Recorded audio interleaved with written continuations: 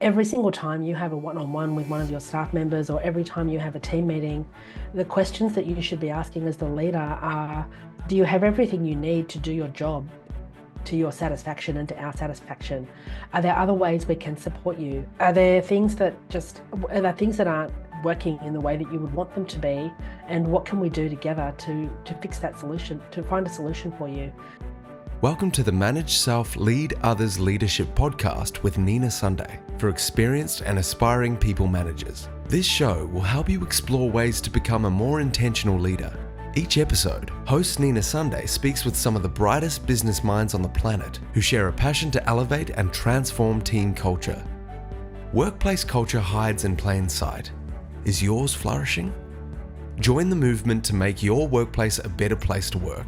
Are you ready? Because it's time to manage self, lead others. Author of Fully Connected, How Great Leaders Prioritize Themselves, Reclaim Their Energy and Find Joy, Mel Kettle, with the belief we need to lead ourselves before we can lead others, is committed to self-leadership. This view came after Mel survived a debilitating work-related loneliness, stress, and burnout in her late 20s.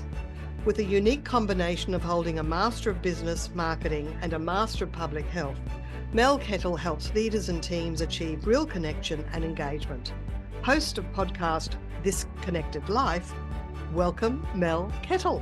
Let's put one of your skill sets is how to give feedback, and I think that's one of the least understood areas of managers. So where would you like to start? What advice do you want to give anybody listening about how a good way to give feedback? I feel like there's a lot of people that talk about how we give feedback, and I certainly know throughout my corporate career, there were a lot of training sessions on how to give feedback, but there wasn't a lot of learning or training around how do you receive feedback. And I feel that giving feedback is one skill set, but an even more important skill set is how do you receive it? And so how do you take that feedback and do something with it that's going to be of value to you and the organization that's providing it to you, or the relationship of the person that's providing it to you? Because some feedback, it's not all corporate. Sometimes we get feedback from our partners or our children, or, I know my stepson used to frequently say to me, I hate this food. I'm like, well, that's pretty blatant feedback, isn't it? And I had to learn to not take that personally, but it was a part of his learning to exert his independence and his confidence in saying what he doesn't want. And so as we have this conversation, I'm really happy to talk about how do we give feedback and how do we have difficult conversations broadly, and then what do you do when you're on the receiving end of that difficult conversation? My question for your listeners is, when you hear the word feedback, what do you think? Do you have a panic attack, or do you think, oh yeah, whatever? Or do you Well, it's immediately akin think the to worst, or do we you have to immediately? talk. Yes, it is. Yes, it is. And so your stomach does a flip. You go, what? So You immediately think, what have I done wrong? yeah, that's right. Now, should feedback, is there a better word for it? Feedback's all right, isn't it? I think feedback is one of those words that's a bit polarizing and can cause panic. I don't know a different word. With clients I've worked with around feedback, I've tried really hard to encourage them to create a culture of conversation within their organization so that they never have to use the word feedback. Yes. Are you open to a couple of suggestions? Maybe that's one way to open it up. But even if you have a conversation, if you have regular conversations with your staff, your direct reports, the people who manage you, then you should be, over time, develop a trusting enough relationship that you can have these conversations without them feeling, without anybody feeling uncomfortable or that it's a personal attack on them. And it's not this every 6 months or annual performance appraisal. Oh, no, It really has they to go need to out the be. door. Yeah. Yeah. And if you've got an issue with somebody, or if you've asked someone to do something and they're not doing it the right way, or there's things that are going wrong, and the right way doesn't necessarily mean your way, just in case you're wondering, it's, the way that's appropriate to get the right outcome. Then tell them at the time that it's happening. I once had a performance review and my boss said to me, I've been really upset with this thing that you did. And I'm like, well, and she mentioned some amorphous thing. And I said, well, when did I do that? And she said, about 5 months ago. I'm like, wait, what?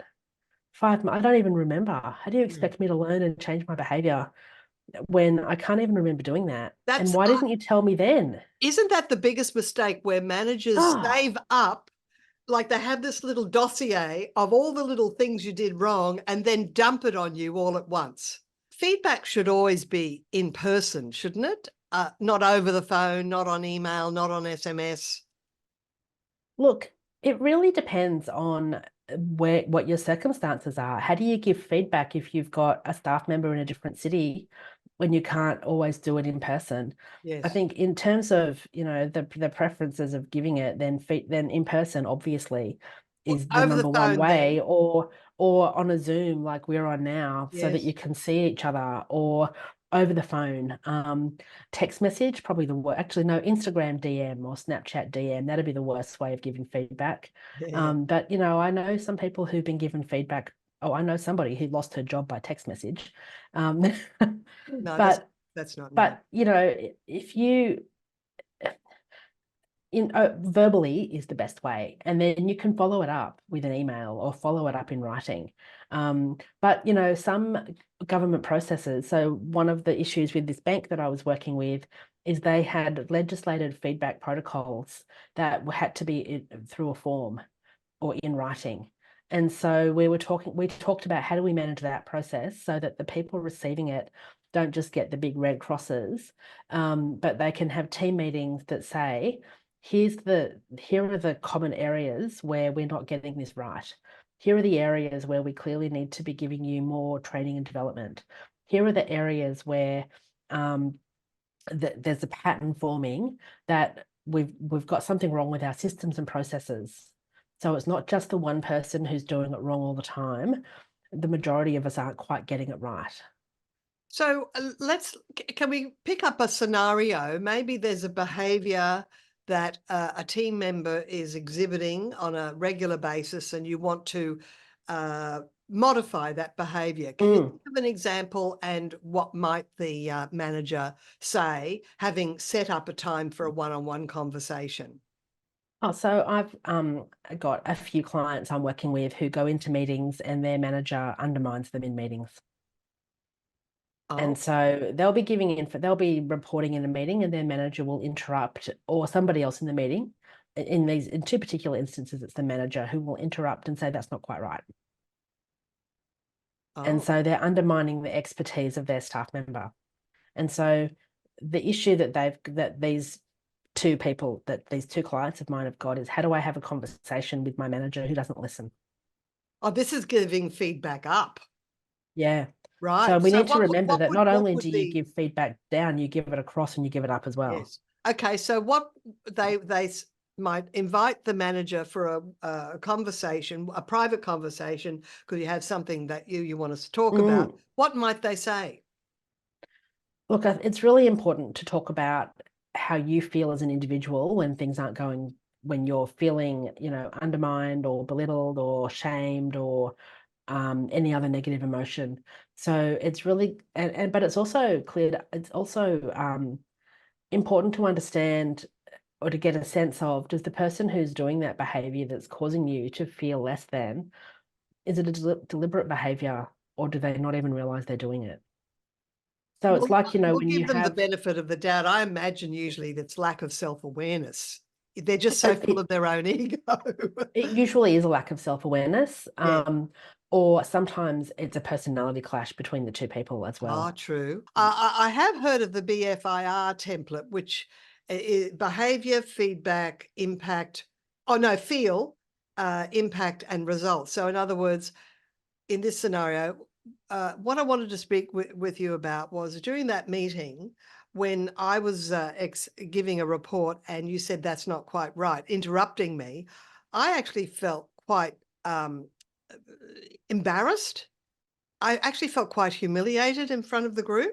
And what that meant that I felt really like I didn't want to continue giving the report. And I Mm, really mm, wanted to just, I really just wanted to be swallowed up and disappear.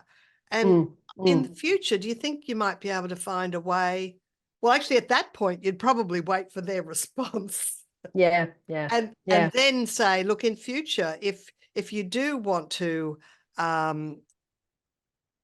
a conversation or a disagreement or a debate, do it in a way that doesn't belittle me. How do you feel about that? And yeah. I leave it with a question. So, but I don't know, can you improve that method? I mean, it's a bit No, I think template. I think that would work. That's a pretty good method. However, we all know that theory isn't reality. And so if you don't have a trusted relationship with your manager, then that's going to be a really difficult conversation to have. And so how do you do that? And then if you have that conversation, and the same behavior from your manager continues again and again and again, then what do you do? If it were me, I would quit. Mm. But But what if you love your I'm the job? sort What of if person you're that does that. There are other people that could find a different way. Yeah, but what if you're highly specialized in your area and there's no other job in Australia, or there's very few other Well, there jobs you in go. Australia that you could do? What do you do? You've got to just suck it up. So it's Then you find it's a really a challenging mentor. If it's a situation. big organization, you Yep, find a yep, mentor yep, elsewhere in the organization where you yep. can have just a private conversations with Mm, just about what your roadblocks are without it necessarily being that specific one. yep. So, and then you can But open up about that one. And I feel as well that people like this particular manager, and this is an example, obviously, they often exhibit that behavior with other people as well. Mm. So perhaps find other people within your organization who've worked with the same person and ask how do they manage their interruptions? How do they approach? What do they do? Mm. How do they deal with that? And I think to protect yourself from this concept of you're ganging up or finding people to attack this person, come from a place of curiosity. Like, I'm Yes. wondering, how are you dealing with it? Because I'm not Yeah. dealing with it very well. Yeah. So it's a Yeah. place of curiosity and Yeah. seeking to know, seeking to understand. I think that's Absolutely. important, don't you think? And absolutely. And one of the things I talk a lot about in my feedback framework is you need to understand how to ask the right questions, listen to understand, and observe behaviors so that when you're giving or receiving feedback or other difficult conversations, you can get a sense of, is what we're talking about landing? And you can ask questions to make sure that, if you're the one receiving feedback, you can be asking questions to make sure that you know what you need to do next. And if you're giving it, then you can be asking questions to make sure that they understand that it's a learning opportunity and it's not a personal attack. That's right. And so, can you tell us more about your feedback framework? Before we hear the answer to that question, let me take a moment. Too many books to read, too little time? Under pressure to get through tons of reading that just keeps pouring in? If you ever wanted to unlock the superpower of speed reading, then you might like to find out more about my Speed Reading Academy for my online, on-demand speed reading training. It works like a charm. Imagine how many books you can get through when you double or triple your reading rate without loss of comprehension or enjoyment. Over the last few decades, more than 100,000 managers, professionals, knowledge workers, salespeople, and students from Australia and New Zealand have participated in my speed reading program, either for a private company group or public programs, and now as an online course over 2.5 hours that you can take in the comfort of your home or office. What makes my course different? One, it's tested and proven. In this program, you gain the advantage of my decades of experimentation, creating a better speed reading course that works, so you too can become a master. In our live workshops, most everyone increases their current reading rate by 3 to 10 times, but what can you expect in a condensed online course? Mostly people triple their reading rate, some reaching 6 to 10 times, and just about everyone at least doubles. 2, it's step by step. It's easy to complete each module in order with me on video cheering you on as if I'm right there in the room with you. 3, you do the drills in your own reading material. The first module guides you on how to calculate your reading rate. 4, you can complete it in one sitting or spread one module a day over a few days. However, let me say this. Module 4 is where we do some heavy lifting.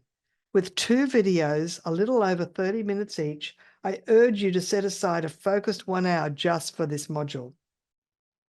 And how about a promo code just for podcast listeners to gain a 50% discount?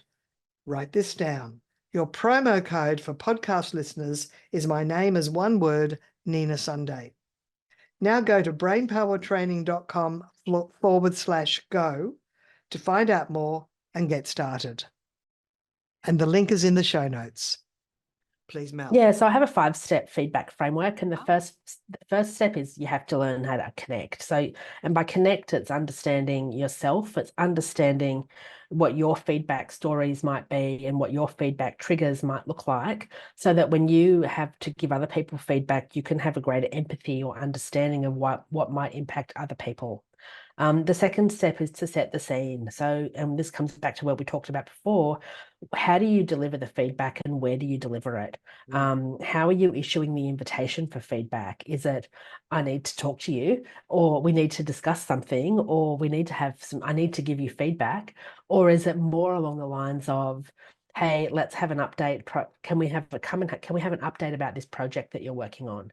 Can we talk about this project? Having a kind of a neutral language, Yeah. because I heard Yeah. you say need to a couple of times, and that's what people say. I need to Yeah. speak to you about this, or I need Yeah.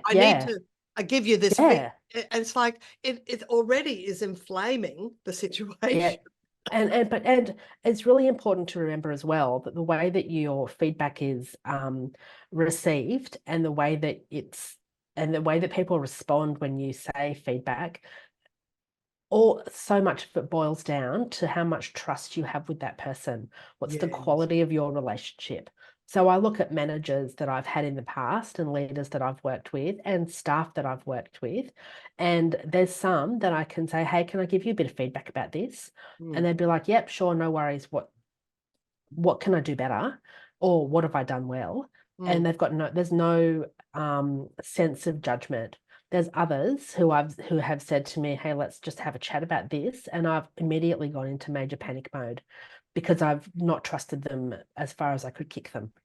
And so the way that successful feedback conversations come from trust, respect, and an understanding of each other's situation and empathy. And so setting the scene, and the more trust you have, the more you can go down sort of the ladder of of how you have the conversation. So if there's no trust, then the more you can do this conversation in person, either over a Zoom or in the same room, the better off you'll be. But if you've got huge amounts of trust, then you are much more likely to be able to just put your feedback in an email to somebody or in a text message even, because you know that the way that it will be received. And you also know that if they misinterpret something, because it's hard to interpret tone through writing, then they're much more likely to pick up the phone and say, hey, can we just have a quick chat about this? And make sure we're on the same page. And then the third step is focusing on the facts. Feedback is not an opinion. Feedback should be fact-based. So be really clear about the language that you use and be really clear about using specific examples. And also be really clear that your intent is to help someone take action so they can grow and develop. So more about your framework. Yeah, it can. So step 4 is ask, listen, and observe. Yeah. Make sure that you ask that you know that what the other person thinks of the thing that you're giving feedback about. Listen to understand and observe their behaviors, and also observe what isn't being said.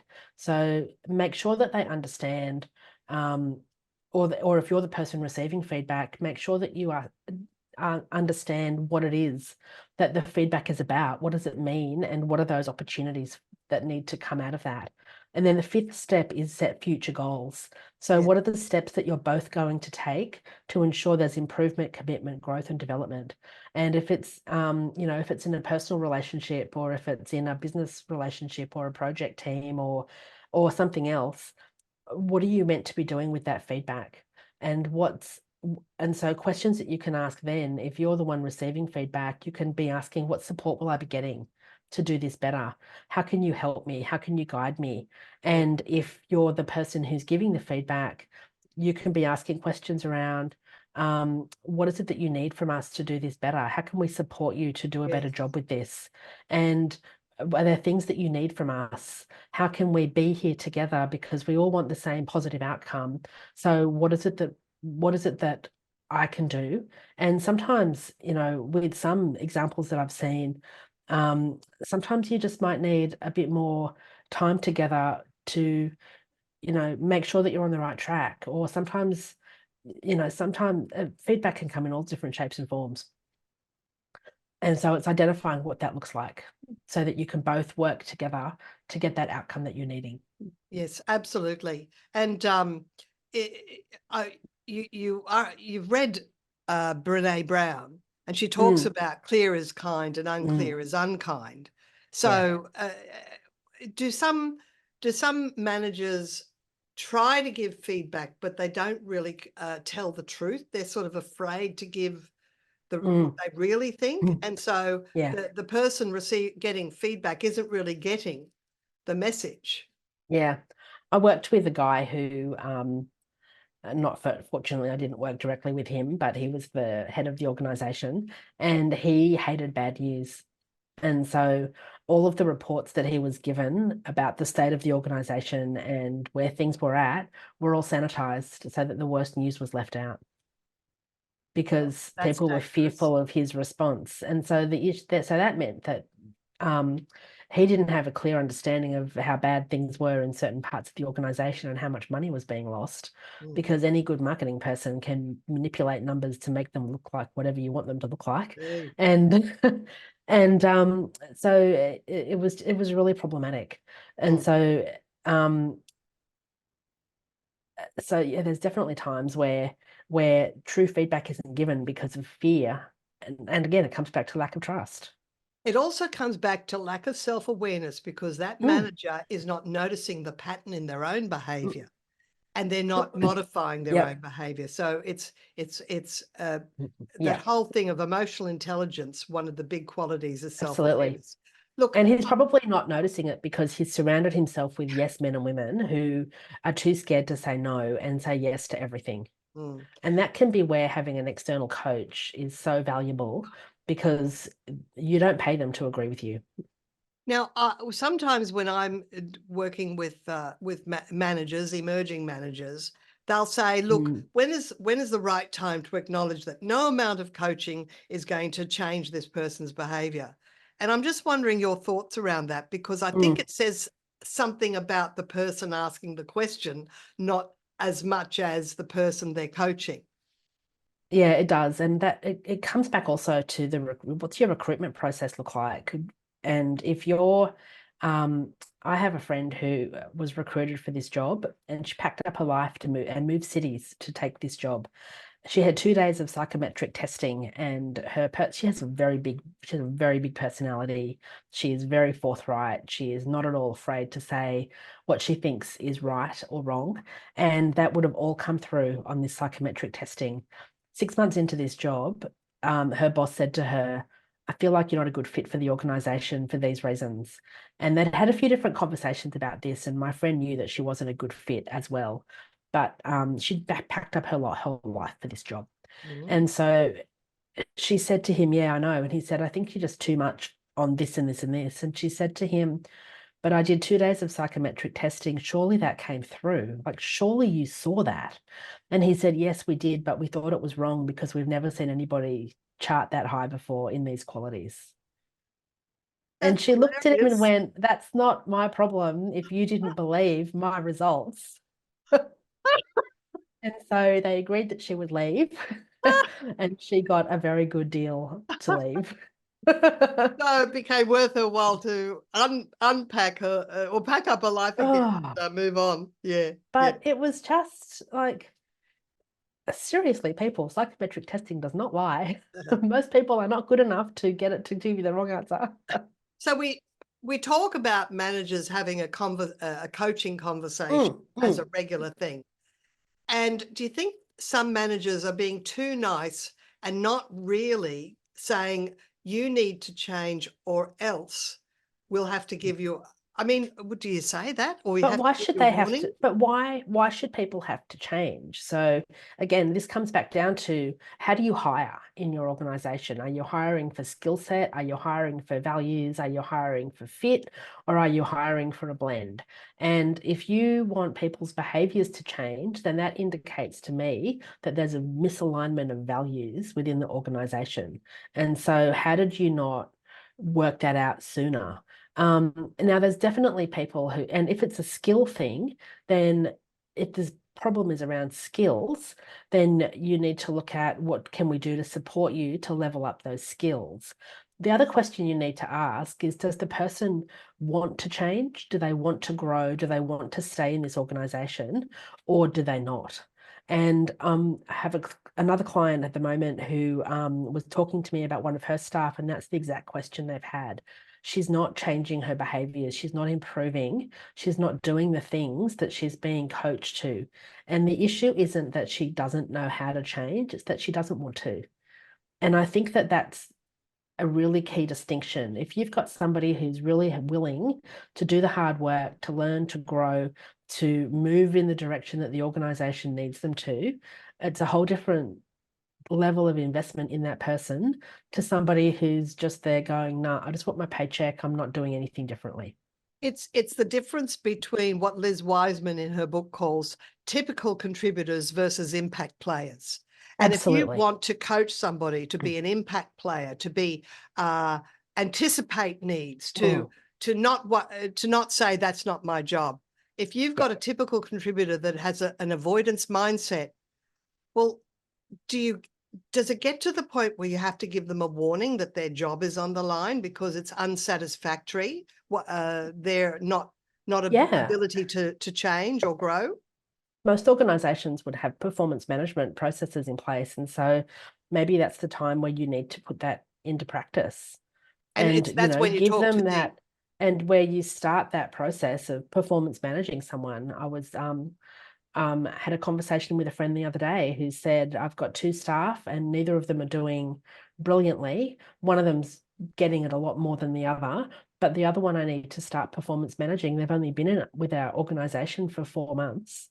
And I said, are they under probation still? And she said, yeah, they are. And that's why I'm starting the performance management process this week so that we can make a decision together as to whether this is the right fit for them before their probation period comes to an end. Now, Mel, we're in Australia, and this podcast goes all around the world. And would it be true for me to say that performance management is a euphemism that we call in Australia, where you're actually coaching someone with a view to possibly letting them go, firing Oh, them? absolutely. Absolutely. Yeah, So absolutely. different countries might call it different things. Yeah. But in Australia, it's called performance managing. And it's like it's unsatisfactory performance. That means that they're in danger of losing their job, and there are legal steps you have to follow. So other countries maybe don't have the same requirements. What's your awareness of the global situation around letting someone go, firing someone if they're unsatisfactory? Oh, I have no idea. I've got no idea. You're an Australian expert. Okay. Yeah. Yeah. Oh, I'm not even an Australian expert. That's an HRIR issue, and I work in communication. Right. So my understanding of the rules and regulations and what you need to do if you've got someone who you want to get rid of, I'm not the person you would come to for that. Yeah. I would be the person that you would come to if you needed to issue some statements to staff to make sure that the dismissal of that person didn't rock the boat too much internally. Right. I would Now, help you phrase how do you keep that on an you even talk keel. about, oh yeah, sorry. You That's right. talk about in one-on-ones questions you might ask, and that you give us 4 questions. One was, where do we need to focus? I'll just read them out. What is a priority for you or for both of you? What steps should we take to make sure we improve? And what do you personally need? So anything you want to add to that? Oh, look, I think they're questions that don't get asked enough. And I feel that every single time you have a one-on-one with one of your staff members, or every time you have a team meeting, the questions that you should be asking as the leader are, do you have everything you need to do your job to your satisfaction and to our satisfaction? Are there other ways we can support you? Are there things that aren't working in the way that you would want them to be? And what can we do together to fix that solution, to find a solution for you? People have a lot of stuff going on in their personal lives as well. Mm. And I certainly have noticed that my clients that have got the best working relationships with their teams are those who are open and honest about some of the challenges that they have in their personal lives at the moment. And it's not a warts and all, explanation, but they're talking about the high level big issues that they're dealing with at home. It might be they've got a sick kid. It might be that they're dealing with they're supporting aging parents. It might be that they're going through a relationship breakdown that's going through the legal system. Well, well said, Mel. And so how can people find you? Do you work with people all over Australia? I run a program called Connected Leaders, which is an in-house program. It runs over 12 weeks, and it's for leaders or groups of leaders. So it's either leadership teams or groups of leaders in an organization that want to be better and that want to have deeper connections, that want to strengthen their communication, and that want to lead cultures of belonging. And then I run an online version of that for individuals called Thriving Leaders. And I think your website is melkettle.com, is that right? Yes, it is. That's so easy, easy to find, easy to remember. And it'll also be in the show notes. And we've got a gift of a chapter from Mel's book, Fully Connected, which is available on Amazon. And look, thank you so much for your time and your expertise today, Mel. It's been a fascinating conversation. And I feel confident your leaders, the leaders listening, will be very interested to take wisdom from your advice. So thank you. Thanks so much for having me on, Nina. It's been great to talk to you today. Yeah, thank you so much. Nina Sunday is on a mission to help leaders transform culture. To book Nina Sunday CSP to speak at your conference, visit ninasunday.com to request a proposal. Nina travels from Brisbane, Australia for in-person presentations Australia-wide. Twice certified virtual presenter, Nina Sunday presents virtually, globally, for any time zone. This episode we were speaking with Mel Kettle, author of Fully Connected, podcast host of This Connected Life, and with a Master's of Business and a Master of Public Health. And you can find Mel Kettle at melkettle.com.